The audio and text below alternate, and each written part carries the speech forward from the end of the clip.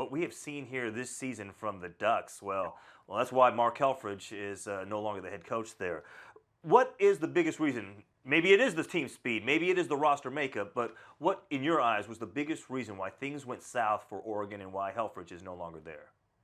To me, it's, and I hate to say it this way, but it's an unrealistic at times fan base. And this is, I don't think, an encouraging sign for college football, to be quite honest with you. When you have a coach that 2 years ago was in the national championship and Mark Helfrich was there and they lost that football game, the next year, there's been a knock on Mark about developing quarterbacks because in back-to-back seasons, he went to the FCS level.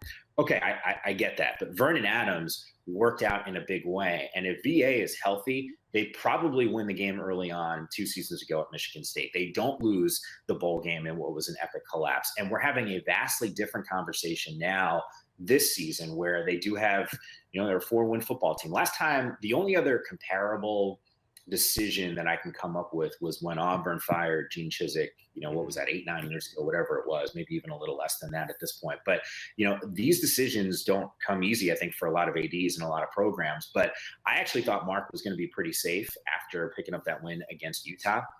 And then losing the Civil War the way they did, that becomes probably the nail in the coffin, unfortunately. But Mark, I think, is actually a really good football coach, and they had a really young football team. I mean, they're throwing out a freshman quarterback in Justin Herbert after they decided their FCS quarterback, Dakota Prukop, wasn't the right fit. They have a ton of freshmen and sophomore all over that two deep. So to me, I understand the decision. I don't know if personally I would have been able to pull the trigger. I would have given him another year. We have Nick Aliotti, who was the defensive coordinator there for years. Mm-hmm. The biggest reason why this team has struggled the last few seasons is because of their defense.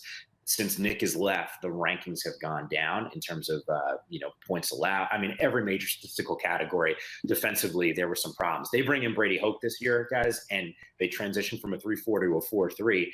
That wasn't an easy transition for them. You need the personnel to go and do that, and to not allow the staff another season to make sure that A, they can get those guys, and B, some of those players can develop into that system is somewhat disappointing. All right. One name, that's all I have time for right now, Yammer. Who is, the next time we talk to you, who will be the head coach of the Ducks?